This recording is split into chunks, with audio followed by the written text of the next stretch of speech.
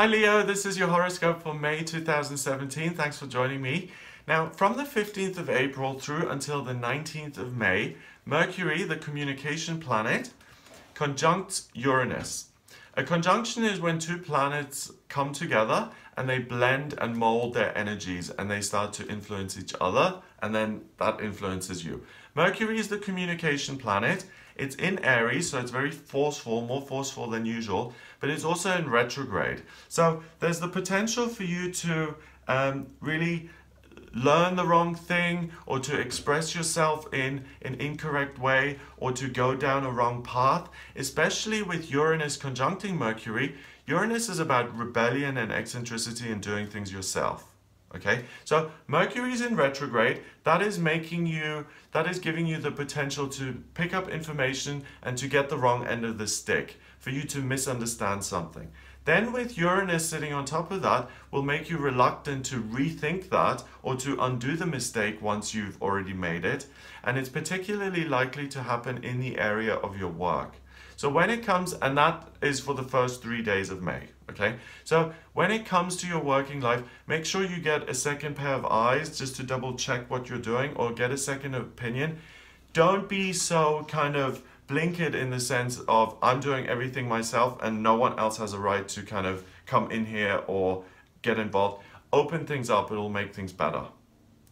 On the 2nd of May, going through until the 21st of May, we have Mars in Gemini beginning to trine Jupiter, which is in Libra in your 3rd house. Now, this is really good news because Jupiter is the lucky planet of success and good fortune. That is in Libra in your 3rd house. So Mercury stays in retrograde until the 3rd of May. Okay, so you have one more day of Mercury being retrograde, but as far as you're concerned, you can forget about Mercury retrograde now, because Jupiter is so positive and so lucky, it offsets the Mercury retrograde because it's sitting in your 3rd house of communication. It also means you come across as charming, as articulate, as eloquent. People will love listening to you. And it's a wonderful time for you to build new friendships, new relationships, or to communicate your hopes and dreams to yourself, or to build a more positive relationship with yourself so that you can understand what your hopes and dreams actually are. So for you this month, Leo, the key word is really relationship and friendship and bonding and becoming closer with the self and with other people.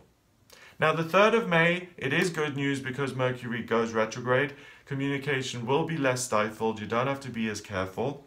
Now on the 3rd of May as well, until the 18th of May, we've got Mars beginning to square Neptune. A square is when two planets are 90 degrees apart and they cause friction between themselves. Now Neptune's sitting in your 8th, and it will show you, and it will make you focus on the institution or the club or the employer that you belong to, and see it in a way that will make you feel like, oh my God, I give so much of myself and look at what I'm getting back. Mars then on the other side will say, do you know what? No one appreciates you. You just give and give and give, and other people just take, take, take. There will be a notion of that kind of thinking creeping in here with this square. So really, if you are in a business situation where you just give and no one ever appreciates that, then do something about it, okay? But if you're in a situation where you're being treated fairly, and this kind of energy now makes you look at it and kind of think, oh, poor me, you know, I never get the recognition I deserve, just double check whether that's accurate or not. It may be, but double check it first, because there is the tendency for you to say, I'm not appreciated here, I'm going to throw that away, and I'm going to look for something else where people do appreciate me. And that may be, it also may not, but it may be based on a faulty belief. So before you take that kind of action, make sure that it's accurate first. Double check the idea first and kind of spend a little bit of time mulling it over before you act on it. On the 10th of May, we have the full moon in Scorpio. I will make a separate video on the full moon because they can be quite complicated. But Leo, for you, this full moon happens in your 4th house of family. So there's a real gift or a real sense of completion when it comes to your family relationships, and really a sense of peace and contentment and closeness and understanding of the people who you're closest to in your life. So that is another big blessing. Relationships in general, but also family relationships, will be a great support and a real sense, will provide you with a lot of comfort. The next energy that you need to look out for is on the 25th of May at the end of the month, and that is the new moon happening in Gemini, and that pulls new energy, new Gemini energy into your 11th house. So again, you're communicating with yourself about what the hopes and dreams are. Are you satisfied? Are you dissatisfied?